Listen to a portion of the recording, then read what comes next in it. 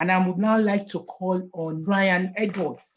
Brian is going to talk to us about what they do in Avona Group and the Africa and Nigerian perspective and how they relate to data protection. Before Brian talks, I'm going to give you his brief bio.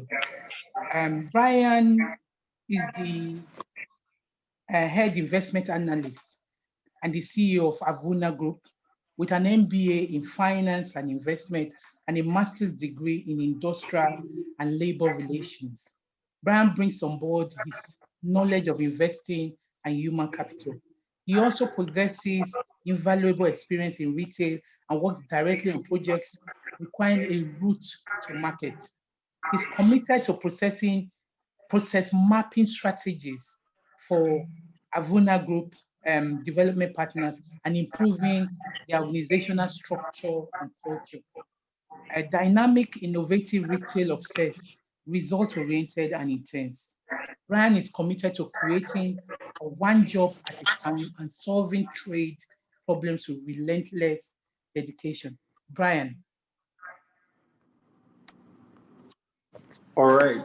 Good afternoon, everyone. I don't believe that was me. Sincerely humbled.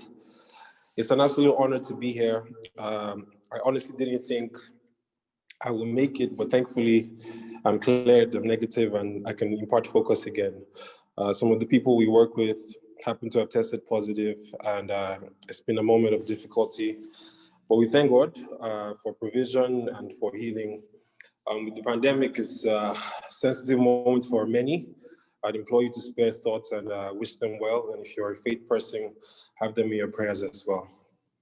So I was speaking with Madam yesterday, still a bit unsure, but it was something on my mind, was that I honor deeply he who sent you. And so in the same vein, I honor you. And I just had to be here. Thank you for the platform, for the opportunity to share, Mr. Akede. And I wasn't trained to take things for granted, so I'm sincerely grateful. While I'm here, I remember I was at the last session we had at the office, and we had it on for everyone to hear, and it was really good and phenomenal. The host, the lady who moderated, did a fantastic job. And now that I'm in this position, I think I'll just appreciate her gifting. She did an amazing job. Everyone kept talking about that. I hope to quickly blitz through this, but please hold my hands and we would reach. A bit about what we do at the Avona Group. I would bring you greetings now from Mr. Daniel Juya. He's the president of the company, and he gave us this amazing vision. It's a sincerely tedious calling, but no lecturer in the world would give you all the information you will access by dealing with a group of companies. Just a bit of what we do. So we run an investment business that has 7 arms, right? We have Digital and Nvidia. They are a retail and media consulting setup, and they provide business solutions to our clients, but also work hard to make us all better and smarter. We have Avona Food Company, who's home to all our businesses in the food space. We have Avona Tech. Our tech ventures are unified there. We have Avona Trade, so commodity trading, our trading house, and a few trade enterprises. Avona Finance, which is like the hub of everything we do, where we support businesses, we provide credits, and we deploy fintech to reach a vast number of people. We have something we're about rolling out called the Avona Academy. It's a passion project for myself. I really believe in giving our people the information they need to break the cycles of thinking that have limited us as a people. So there we're focused on business literacy and making sure we're giving out the tools and resources for MSMEs to thrive. Lastly, we have some good. I came in and thought, why do I have 7 or 6 different CSR projects when we can have a foundation and be more intentional and effective? So that's a bit about us. My chair at the foundation sadly also tested positive, and Madam Aisha, if you're listening, you're in our thoughts, and we cannot wait to have you back. Such a heart of gold. So yes, we'll go into things in seriatim. I'm very watchful of the time, and I thank everyone for being a part of this.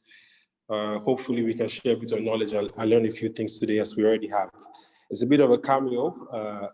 I hope we can take something away and find purpose in our discourse. I was actually generally to speak on the challenges of the African business landscape and touch on our approach to data in itself and to data protection. And if we were to base this session on the challenges alone, we would need a few recess moments because we'll be here for a week.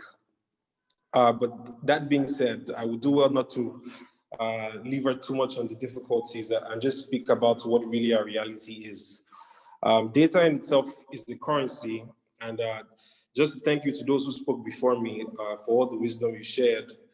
I would think to myself, how do you come after that, where you have experts speaking on a subject? And I think the answer is that you don't. You probably just tell a story and make your way.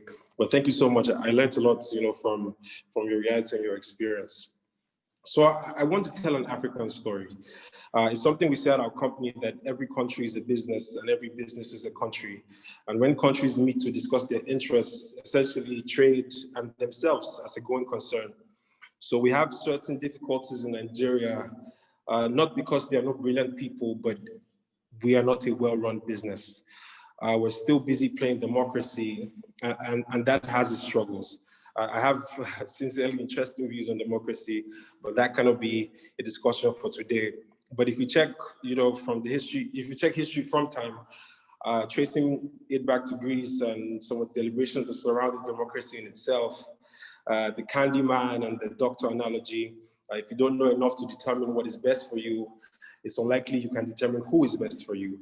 It means that if I was a candy man, I gave you sweets every day, and our moderator was a doctor who gave you injections, in the long run, she does what is better for your health, but I make you feel good.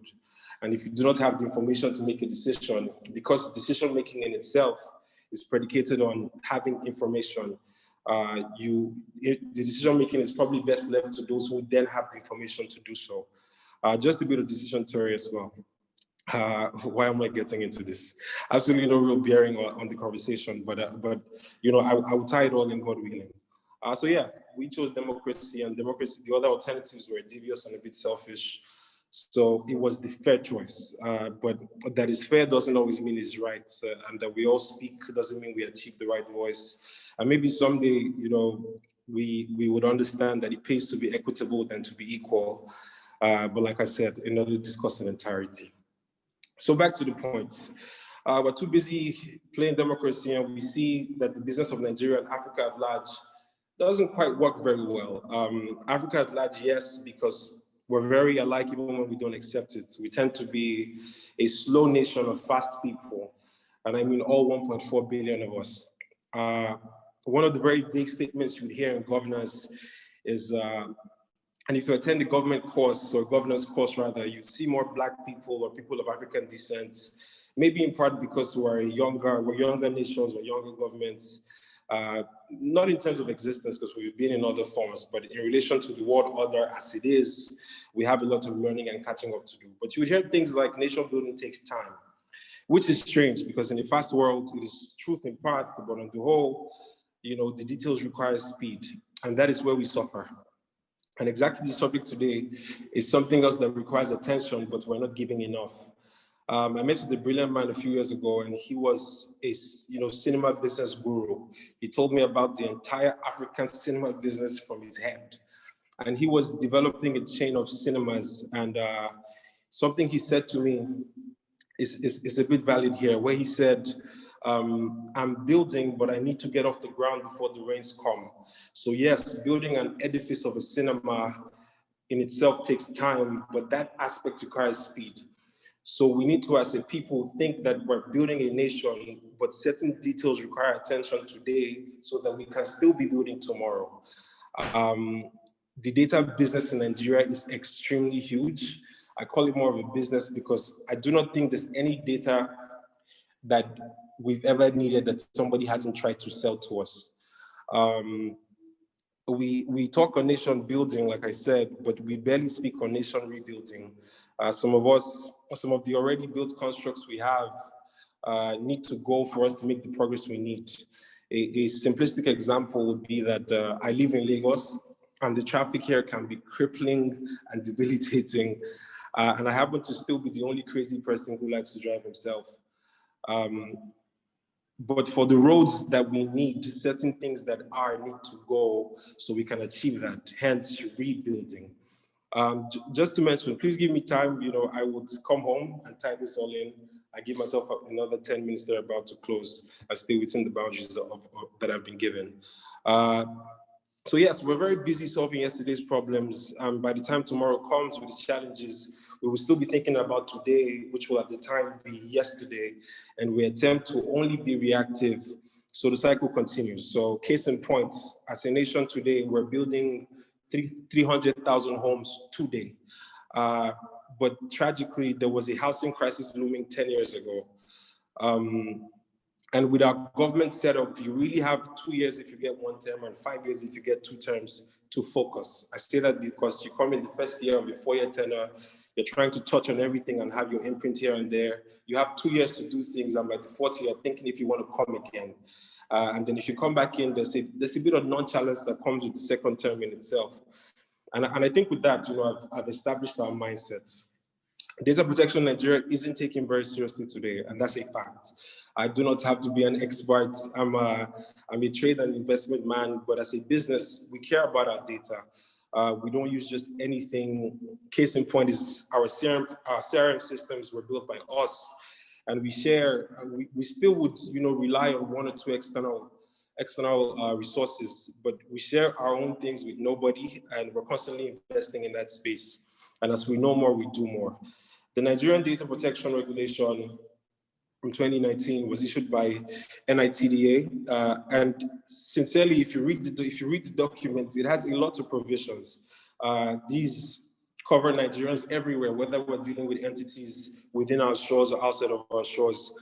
But one of the flaws we've learned is purpose limitation. So I give you my information for this, I use it for this, and then another thing.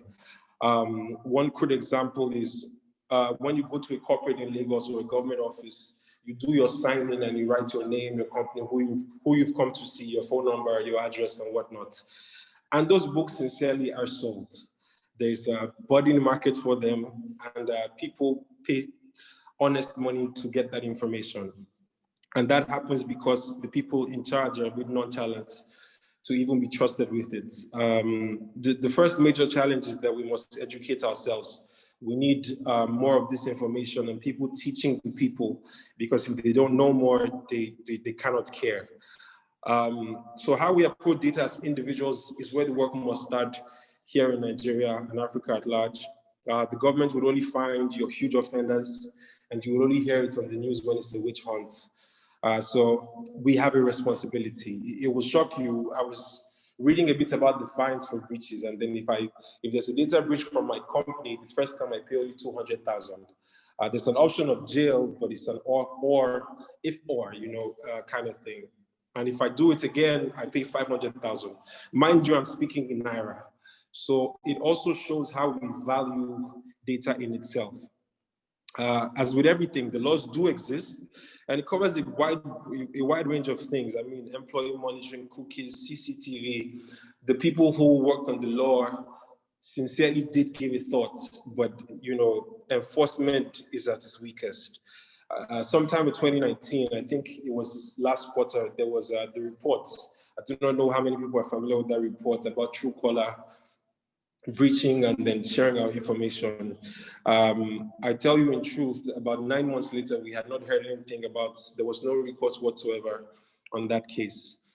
So here you see a staff leaving a real estate company and copying the data of homeowners or home buyers because organizations care less, and then there are leaks and gaps. You leave the NYC and they would do a brochure that has your name, your phone number, your picture of all the NYC, all the people leaving the NYC, and that will be shared every and anywhere, widely distributed, and we do not see it as currency. So yes, we have a lot of education to do in this regard because we're still solving for hunger problems. My people think this is a bit far-fetched. We need the people that care about their personal information. With the advent of these scams where people call you and say, oh, I'm calling from X bank and I need your details because we want to fix something for you. People have become a bit more aware, but that is still a very, crass representation of what that is. there is a lot more that's being done with our data that we're so unaware of. We download stuff every day. I always laugh with my friends that we accept privacy terms we do not even read. And because in our line of work, there are a lot of contracts and paperwork, so you're calling legal and making sure everything is fine. But even the simple things we do not care for.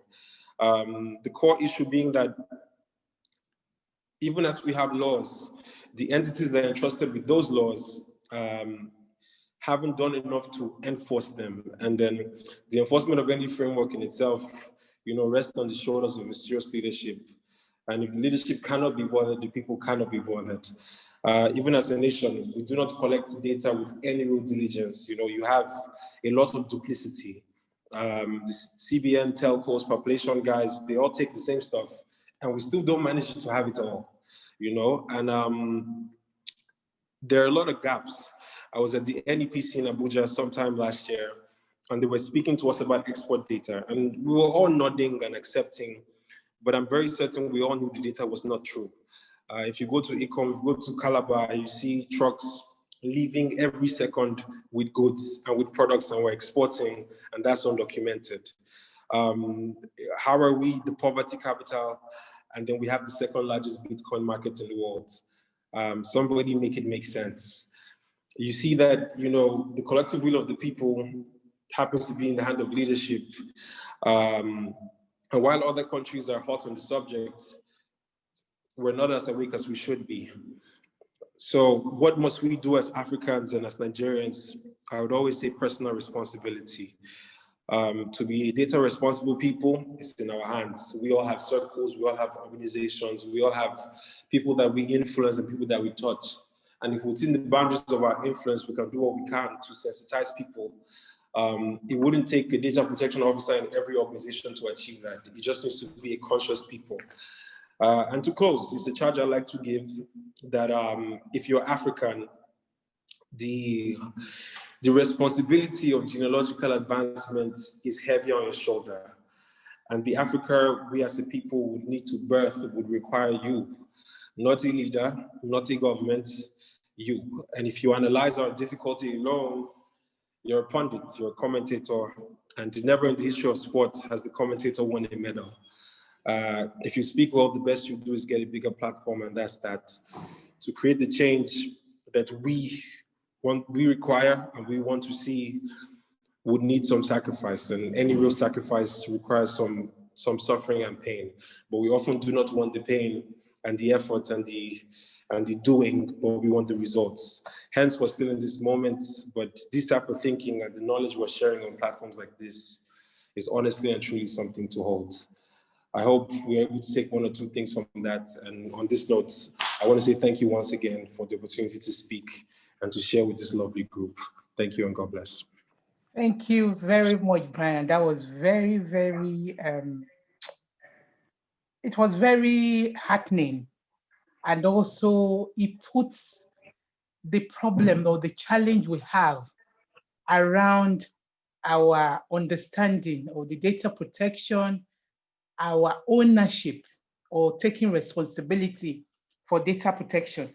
Brian has talked about a few things. He's saying data is a currency and that we're a slow nation and fast people, that nation building takes time. He said we are not giving enough time and attention to what really matters. And also Brian has said that data business in Nigeria is extremely huge. We talk on nation building, but barely speak on nation rebuilding. Brian also said that we are busy solving yesterday's problems and that the laws are there, but the law is purpose limitation. And then he's also talked about that enforcement is at its very weakest. That in terms of even the penalty compared to what we have in the EU, in the UK, is nothing. And also Brian has said that if the leadership cannot be bothered, then people cannot be bothered. And he's giving examples of how we have data, personal data littered around, people taking data and then using it and sharing it. We all know what is happening on social media. And also he's saying we need to take personal responsibility. be a data responsible people. We need to be conscious as a people. And also he's talked about responsibility of advancement resting on us, that we are a pundit and commentator, that to create the change we need, sacrifice and pain. We don't want the sacrifice, but we want the result.